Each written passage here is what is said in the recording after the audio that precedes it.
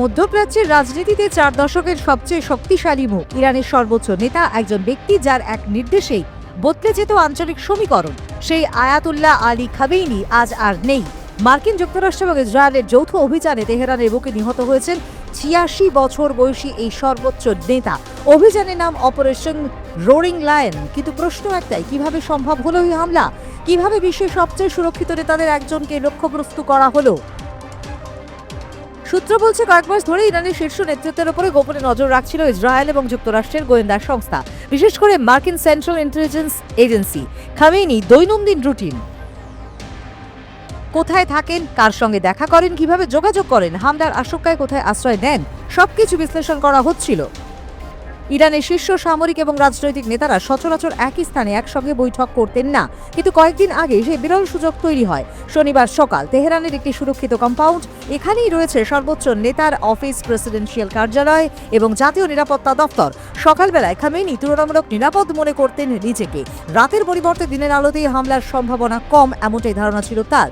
আর এই সুযোগটাই কাজে লাগায় ইসরায়েলের সেনাপ্রধান আল জামির পাইলটদের উদ্দেশ্যে বার্তা দেন, শনিবার ভোরে শুরু হবে অপারেশন রোরিং লায়ন। তোমরা লক্ষ্যবস্তুতে আঘাত হানার অনুমতি পেয়েছো, আমরা ইতিহাস তৈরি করছি। সকাল প্রায় 6টা, ইসরায়েলি যুদ্ধবিমান আকাশে উঠে যায়। উচ্চ ক্ষমতা সম্পন্ন নির্ভুল ক্ষেপণাস্ত্র ছোড়া হয়। একযোগে আঘাত করা হয় 3টি জায়গায়, যেখানে উপস্থিত ছিলেন খামেনি এবং শীর্ষ সামরিক নেতারা। সূত্র অনুযায়ী বৈঠকে উপস্থিত ছিলেন আলী শামখানি, ইসলামিক রেভলিউশনারি গার্ডের প্রধান মোহাম্মদ পাকপুর, প্রতিরক্ষা মন্ত্রী আজিজ নাসির জাদে, আরও একাধিক সামরিক এবং গোয়েন্দা কর্মকর্তা।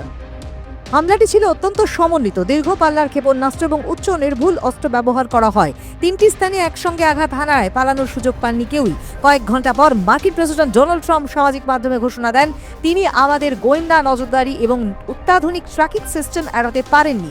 এর আগে ইসরায়েলের প্রধানমন্ত্রী বেঞ্জামিন নেতানিয়াহু বলেন, আজ আমরা একটি অভিযানে খামেনিকে হত্যা করেছি।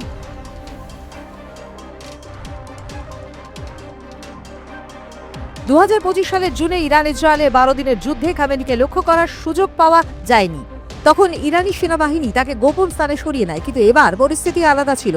মাসের পর মাস সামরিক প্রস্তুতি চলছে, 2টি বিমান ঘাঁটি, রণতরী, শতাধিক যুদ্ধ বিমান, সাবমেরিন মোতায়েন করা হয় মধ্যপ্রাচ্যে। ওয়াশিংটনে বারবার বৈঠক হয়েছে।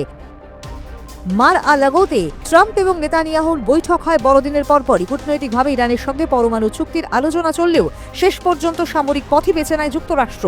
জেনেভায় শেষ দফা আলোচনায় অচলাবস্থা তৈরি হলে সিদ্ধান্ত চূড়ান্ত হয়। ইরানের প্রতিক্রিয়া। ইরান আনুষ্ঠানিক বিবৃতিতে জানায়, আমেরিকা খামেনি মৃত্যুর প্রতিশোধ পাবে। আমরা চুপ করে বসে থাকবো না। রাষ্ট্রীয় গণমাধ্যম দাবি করে, হামলায় খামেনি পরিবারের সদস্যরাও নিহত হয়েছেন। তেহরানের শোক এবং ক্ষোভের মিশ্র প্রতিক্রিয়া দেখা যায়। বিশ্বজুড়ে কূটনৈতিক অস্থিরতা তৈরি হয়েছে। 4 দশকের নেতৃত্বের অবসান হলো এক সকালের হামলায়। একটি অপারেশন দেখিয়ে দিল মধ্যপ্রাচ্যের শক্তির ভারসাম্য কত দ্রুত বদলে যেতে পারে। কিন্তু এখানেই কি শেষ, নাকি এটি একটি বড় আঞ্চলিক যুদ্ধের সূচনা? বিশ্ব এখন তাকিয়ে আছে তেহরানের দিকে, কারণ ইতিহাস বলে মধ্যপ্রাচ্যে প্রতিটি হামলারই প্রতিধ্বনি দীর্ঘ হয়। ব্যুরো রিপোর্ট, আর প্লাস নিউজ।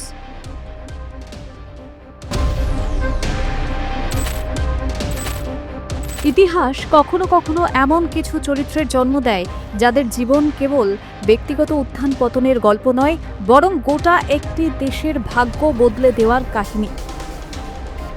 দারিদ্র্যের অন্ধকার ঘর থেকে রাষ্ট্র ক্ষমতার শীর্ষে ওঠার এই যাত্রাপথে সংগ্রাম, ত্যাগ, বিশ্বাস, ষড়যন্ত্র, রক্তক্ষয় এবং রাজনীতির কঠোর বাস্তবতা সব মিলিয়ে এক বিস্ময়কর অধ্যায় রচনা করেছিলেন আয়াতুল্লাহ আলী খামেনি। শৈশবের অভাব এবং তার ছোট থেকেই বিপ্লবী আদর্শ, এর উপর দাঁড়িয়েই গড়ে উঠেছিল তার দীর্ঘ এবং প্রভাবশালী রাজনৈতিক জীবন। 1939 সালে 19 এপ্রিল ইরানের উত্তর পূর্বাঞ্চলীয় শহর মাশহাদে একটি সাধারণ ধর্মীয় পরিবারে জন্মগ্রহণ করেন আলী খামেনি। 8 ভাই বোনের মধ্যে তিনি ছিলেন দ্বিতীয়। বাবা সৈয়দ জওয়াদ খামেনি ছিলেন একজন স্থানীয়ভাবে পরিচিত শিয়া পণ্ডিত এবং মা খাদিজে মির্দাওয়াদি ছিলেন অত্যন্ত ধার্মিক এবং সংবেদনশীল একজন নারী। শৈশবেই মায়ের কাছ থেকে কোরআন শিক্ষা এবং ধর্মীয় অনুশাসনের পাঠ নেন খামেনি। নিজের স্মৃতিকথায় তিনি বহুবার উল্লেখ করেছেন, তার চরিত্র গঠনে মায়ের অবদান ছিল অনস্বীকার্য। কিন্তু সেই শৈশব সুখের ছিল না। দারিদ্র্য ছিল তার নিত্যসঙ্গী। এমন অনেক রাত গেছে যেখানে না খেয়েই রাতের পর রাত থাকতে হয়েছে তাকে। মলিন এবং পুরনো পোশাকের কারণে সহপাঠীদের কাছে কটাক্ষ, অবহেলা এবং অপমানও সহ্য করতে হয়েছে। তবু দারিদ্র্যের সেই কষাঘাত তার মানসিক দৃঢ়তাকে আরও শক্ত করে তোলে। ছোটবেলা থেকেই চোখের সমস্যায় ভুগলেও তা ধরা পড়েনি বহুদিন। ফলে বিদ্যালয়ে তাকে অলস এবং অমনোযোগী ছাত্র বলে মনে করা হতো। পরে চশমা ব্যবহারের পর তার মেধার প্রকৃত প্রকাশ ঘটে। তবে পাশ্চাত্য শিক্ষা ব্যবস্থার বিরোধী বাবা তাকে উচ্চ বিদ্যালয়ে ভর্তি হতে দেননি, বরং ধর্মীয় শিক্ষার জন্য তাকে পাঠানো হয় কোম শহরে, শিয়া মুসলিমদের অন্যতম ধর্মীয় কেন্দ্র। সেখানেই খামেনি জীবনের মোড় ঘুরে যায়। ধর্মীয় শিক্ষার পাশাপাশি সাহিত্যের প্রতি গভীর অনুরাগ জন্মায় তার। কৈশোরেই তিনি 1000-এর বেশি উপন্যাস পড়েছিলেন বলে উল্লেখ করেন স্মৃতিকথায়। টলস্টয়, ভিক্টর হুগো, রোমা রোলার মতো বিশ্বখ্যাত সাহিত্যিকদের রচনা তার চিন্তাভাবনাকে গভীরভাবে প্রভাবিত করে। আমিন ছদ্মনামে কবিতা লেখাও শুরু করেন তিনি। একই সঙ্গে ধীরে ধীরে জড়িয়ে পড়েন রাজনৈতিক সচেতনতার জগতে। 1955 সালে কোমে একটি সভায় তার পরিচয় হয় আয়াতুল্লাহ রুহুল্লাহ খামেনির সঙ্গে, যিনি পরবর্তীকালে ইরানের ইসলামী বিপ্লবের প্রধান রূপকার হন। এই সাক্ষাৎ খামেনির জীবনে এক যুগান্তকারী মুহূর্ত। খামেনি আদর্শে অনুপ্রাণিত হয়ে তিনি শাহ মোহাম্মদ রেজা পাহলভির স্বৈর শাসনের বিরুদ্ধে সক্রিয় আন্দোলনে নামেন। একাধিকবার গ্রেপ্তার হন, নির্যাতিত হন, আত্মগোপনে থাকতে বাধ্য হন, তবুও আপোষ করেননি। 1979 সালে ইসলামী বিপ্লবের সাফল্যের পর তিনি বিপ্লবী পরিষদের সদস্য হন, উপ প্রতিরক্ষামন্ত্রী হিসেবে দায়িত্ব পালন করেন এবং ইসলামিক রেভলিউশনারি গার্ড কোর গঠনে গুরুত্বপূর্ণ ভূমিকা পালন করেন, যা পরবর্তীকালে ইরানের পর অন্যতম শক্তিশালী প্রতিষ্ঠানে পরিণত হয়। 1981 সালে তেহরানের একটি মসজিদে বোমা হামলায় গুরুতর আহত হন খামেনি। এই হামলায় তার ডান হাত কার্যত অচল হয়ে পড়ে।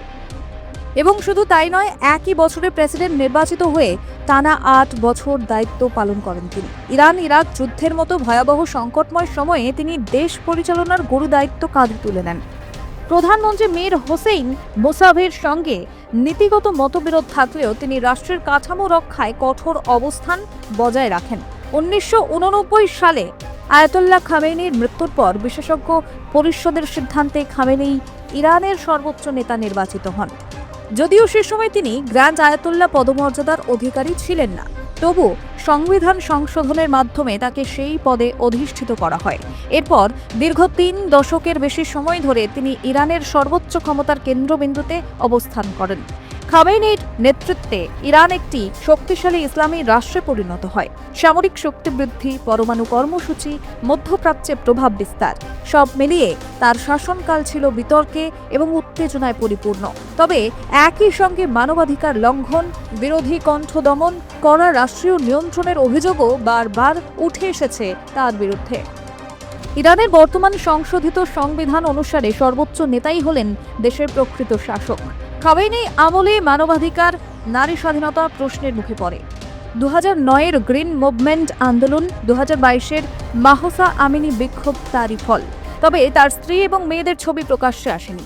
28 ফেব্রুয়ারি আমেরিকা এবং ইসরায়েলের যৌথ বিমান হামলায় তেহরানে নিজের কার্যালয়ে নিহত হন তিনি।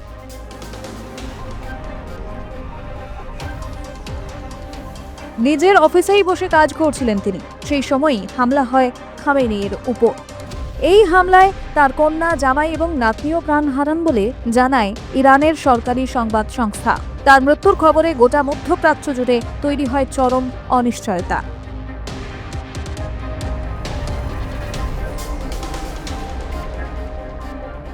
খামেনির মৃত্যুর পর ভারতের প্রথম প্রধানমন্ত্রী জওহরলাল নেহেরুর সাহিত্য পাঠের উপর তার পুরনো পোস্টগুলি ভাইরাল হয়েছে সমাজ মাধ্যমে। তার পড়ার বইয়ের তালিকায় জেন অস্টেনের প্রাইড অ্যান্ড প্রেজুডিসও রয়েছে।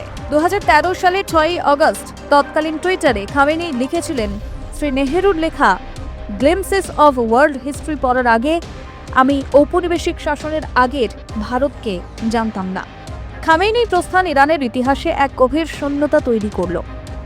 3 দশকের বেশি সময় ধরে যে ব্যক্তির নেতৃত্বে দেশ পরিচালিত হয়েছে তার অনুপস্থিতিতে ইরানের রাজনৈতিক ভবিষ্যৎ কোন পথে এগোবে তা নিয়ে শুরু হয়েছে জল্পনা। ক্ষমতার উত্তরাধিকার, অভ্যন্তরীণ রাজনৈতিক টানাপোড়েন, পশ্চিমের সঙ্গে সম্পর্ক এবং আঞ্চলিক শক্তির ভারসাম্য সবকিছুই এখন এক অনিশ্চিত সন্ধিক্ষণে দাঁড়িয়ে। ইতিহাসের পাতা সাক্ষী থাকবে এক দরিদ্র ঘরের সন্তান কিভাবে সংগ্রাম, আদর্শ এবং ক্ষমতার পথে হেঁটে পরিণত হয়েছিলেন পশ্চিম এশিয়ার অন্যতম প্রভাবশালী নেতায়। তার মৃত্যুর পর সেই ইতিহাসই অপেক্ষা করেছে এক নতুন অধ্যায়ের।